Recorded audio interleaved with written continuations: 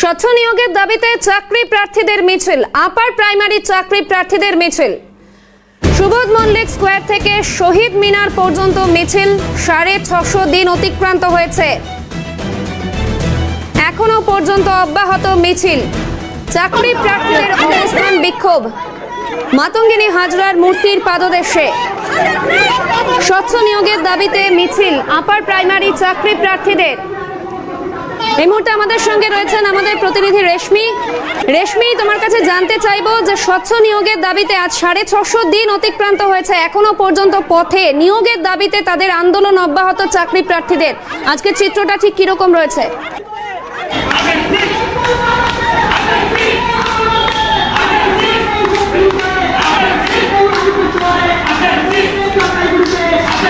দেখো, আপার প্রাইমারির পরীক্ষা হয়েছিল 2015 সালে। তারপর দুর্নীতির দায়ে প্যানেল বাতিল হয়ে যায় এবং যারা চাকরি প্রার্থী তারা বারংবার অভিযোগ করেছিলেন তাদের নিয়োগে দুর্নীতি হয়েছে। সিট আপডেট করে তাদের নিয়োগ দিতে হবে, আর তার দাবিতেই আজকে রাজপথে ফের নেমেছেন তারা।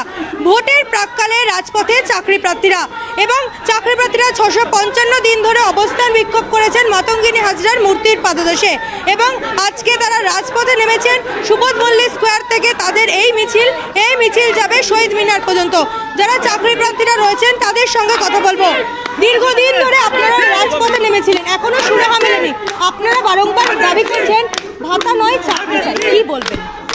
এটার জন্যই আমরা আজকে আবারও আন্দোলনে লেগেছি যে 10 বছর ধরে আমরা বঞ্চিত হয়ে রয়েছি। কমিশন বা রাজ্য সরকারের কোনো রকম হস্তক্ষেপ নেই। আমরা আজও রাজপথে আন্দোলনে নেমে মিছিলে নেমে কমিশনের কাছে এবং মাননীয় মুখ্যমন্ত্রীর কাছে করজোড়ে একটাই আবেদন করছি যে আমাদের যেন হস্তক্ষেপ করা হয় এই চাকরির ক্ষেত্রে। উনি যেন আমাদের দিকটা বিচার করে দেখেন। আমরা 10 বছর ধরে আজকে চাকরি ক্ষেত্রে বঞ্চিত। অন্যান্য সেক্টরে, প্রাইমারিতে, অন্যান্য জায়গায়, সমস্ত জায়গায় রিক্রুটমেন্ট রয়েছে, শুধুমাত্র এই আপার প্রাইমারিতে আমাদের ইন্টারভিউ পর্যন্ত নেওয়া হয়নি। বেশ কিছু জনের আমাদের ইন্টারভিউ নেই। বারংবার আন্দোলন করছেন, রাজপথে নামছেন, সুরাহা কেন মিলছে না? সরকারের কি সদিচ্ছার অভাব? সরকারকে আমরা বারবার জানিয়েছি এই বিষয়ে যে আমরা রাজপথে বঞ্চিত হয়ে রয়েছি। আজকে আমাদের আন্দোলনের প্রায় 700 দিন চলছে। আপনারা জানেন যে আমরা শহীদ মিনারে মাতঙ্গিনী হাজরার পদতলে আমরা বসে রয়েছি 700 দিন ধরে, প্রায় 700 দিন ধরে বসে রয়েছি। আমরা এর আগেও মহামিছিলে নেমেছি, আমাদের এর আগেও অনেক মানুষ ডেপুটেশন দিতে গিয়ে অ্যারেস্ট হয়েছিল। আজকে আবারও আমরা রাজপথে নেমেছি একটাই কারণে, সরকারের কানে পৌঁছে দেওয়ার জন্য যে আমরা আজও বঞ্চিত। আমাদের সরকারের সদিচ্ছা আছে। উনি বলছেন যে কোর্টের দিক থেকে কিছু বাধা নিষেধ রয়েছে, কিন্তু এরকম কোনো বিষয় নয়। চাকরি প্রার্থীরা বলছেন বারংবার তাদের নিয়োগ চাই, কিন্তু সেই নিয়োগ এখনো অতটা। চাকরি প্রার্থীদের সঙ্গে কথা বলার চেষ্টা করব। তোমরা বারংবার পথে নামছো, তোমরা বলছো যে সরকার পক্ষ কোনো সুরাহার পথ দেখাচ্ছে না এবং সামনেই তো ভোট, তো ভোটে কি এর কোনো প্রভাব পড়বে বলে মনে হয়? দেখুন, ভোটের রাজনীতিটা থেকে আমরা সম্পূর্ণ আলাদা। আমরা হবু শিক্ষক, আমরা তো কোনো রাজনীতির রঙের সঙ্গে মিলেমিশে নেই। এবার সাধারণ মানুষ হিসেবে আমরা সাধারণ মানুষ, আমি তো আগেও বললাম আমরা দিদির প্রতি আস্থাশীল। তো সুতরাং ভোট মানুষের একদম ব্যক্তিগত ব্যাপার, সেটা তো ব্যাখ্যা করার মতন ক্ষমতা আমার নেই। আমি শুধু এইটুকুনি জানি যে আমরা ওনার প্রতি আস্থাশীল। উনি নিশ্চয়ই আমাদের বিষয়টা অত্যন্ত আন্তরিকতার সঙ্গে দেখবে এবং আন্তরিকতার সঙ্গেই উনি এই বিষয়টা। দিন পেরিয়ে গেল, এখনো মুখ্যমন্ত্রী কোনো পদক্ষেপ নিল না, তোমরা অভিযোগ করছো কেন? আমাদের তো দাবি একটাই রয়েছে, তা সেই দাবিটা যতদিন না পূরণ হবে ততদিন আমাদের এই রাস্তার আন্দোলন এবং পথে আন্দোলন এটা কিন্তু আমাদের চলবে।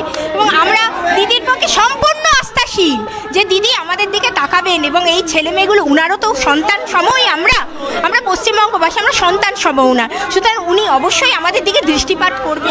মমতা বন্দ্যোপাধ্যায়ের উপর আস্থা রাখছেন তারা, কিন্তু তারা বলছেন যে এই আস্থা ভরসার জায়গাটা কবে তারা পূর্ণ হবে তা কিন্তু নিয়ে এখনো সন্দিহান চাকরি প্রার্থীরা।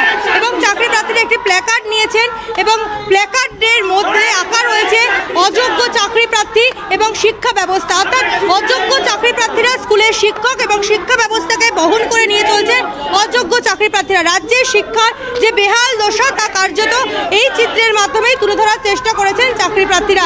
দীর্ঘদিন ধরে রাজপথে রয়েছে তোমরা, কি মনে হয় চাকরি কি এবার মিলবে? নিয়োগ কি হবে? তোমরা বলেছিলে যে ভোটের আগে যদি নিয়োগ না দেওয়া হয় সেক্ষেত্রে একটা ভোটে প্রভাব পড়তে পারে, কি বলবে? আমরা সরকারের ওপর সবসময় আশা রাখছি যে আমাদের নিশ্চয়ই চাকরি হবে এক না একদিন, ঠিক আছে। আর আমাদের সরকার আশা করেছিলাম ভোটের আগে হবে, কিন্তু এখনও হয়ে ওঠেনি। আশা রাখবো ভবিষ্যতে আমাদের ভোটের পরবর্তী ভোটও যেন হয়, বা ভোটের আগে যেন আমরা কোনো সুখবর পাই। আর যদি সুখবর না পাই, আশা রাখি একটু তো প্রভাব পড়বেই। এর পরবর্তী পদক্ষেপ কি হবে যদি তোমাদের দাবিগুলি না পূর্ণ হয়? আমাদের একটাই দাবি, আমাদের আপডেট সিটে নিয়োগ দিতেই হবে। আর আমরা মাননীয়ার কাছে করজোড়ে প্রার্থনা করি এবং আশা রাখি আমরা নিয়োগ পাবো, কারণ উনি তো মানবিক মুখ্যমন্ত্রী, ওনার কাছে এটা আমরা আশা রাখি। দেখো, চাকরি প্রার্থীরা বলছেন তারা আশা রাখছেন হয়তো এবার তাদের নিয়োগ হবে। 655 দিন ধরে রাজপথে অবস্থান বিক্ষোভ করেছেন এবং আজকে মহামিছিলের ডাক দিয়েছেন। এর আগেও মিছিল করেছেন তারা। ধন্যবাদ রেশমি, তুমি পরিস্থিতির ওপর নজর রাখো।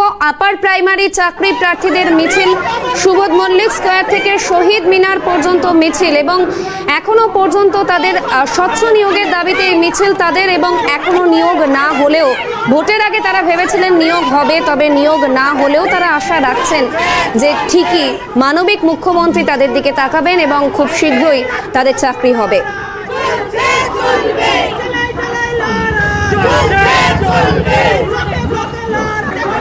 স্বচ্ছ নিয়োগের দাবিতে চাকরি প্রার্থীদের মিছিল সুবোধ মল্লিক স্কয়ার থেকে শহীদ মিনার পর্যন্ত মিছিল আপার প্রাইমারি চাকরি প্রার্থীদের।